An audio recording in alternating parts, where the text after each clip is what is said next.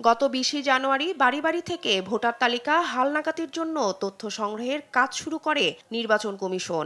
সোমবার ছিল তথ্য গ্রহণের শেষ দিন। মঙ্গলবার রাজধানীর আগারগাঁয়ে নির্বাচন ভবনে সংবাদ সম্মেলন করেন নির্বাচন কমিশনের সিনিয়র সচিব আক্তার আহমেদ। তিনি জানান, এবারের হালনাগাদে ভোটার তালিকা যুক্ত হচ্ছেন ৪৯,৭০,৩৮৮ জন ভোটার। তবে নির্বাচন কমিশনের লক্ষ্য ছিল ৬১ লাখেরও কিছু বেশি। ভোটার তালিকা থেকে মৃত ভোটার বাদ পড়েছেন ১৫,২৩,০০০, যা শতকরা হিসেবে ১.৭৭%। মোট বৃদ্ধির ৩.৯%-এর মধ্যে বাদ পড়াদের বৃদ্ধির হার 2.৪৪%।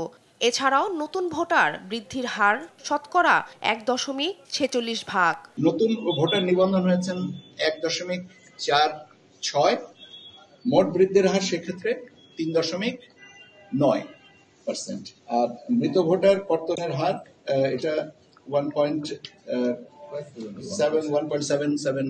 নারী ভোটার প্রসঙ্গে তিনি বলেন, এবার ১৬ লাখ নারী ভোটার হতে নিবন্ধন করেছেন। চলমান হালনাগাদ কর্মসূচিতে যারা বাদ পড়েছেন তাদেরও যুক্ত করা হবে তালিকায়। এই ডেটাটা আমরা রেগুলার আপডেট করছি। এখন আমি এই পয়েন্ট ইন টাইমে দাঁড়িয়ে বলছি, আগামীকালকে আসলে এই ডেটাটা চেঞ্জ হবে আর বাড়বে।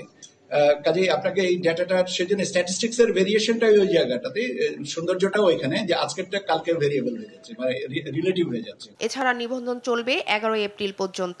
অনলাইন এবং আঞ্চলিক কার্যালয়ে ১৮ বছরের বয়সী বাংলাদেশিরাও নিবন্ধন করতে পারবেন।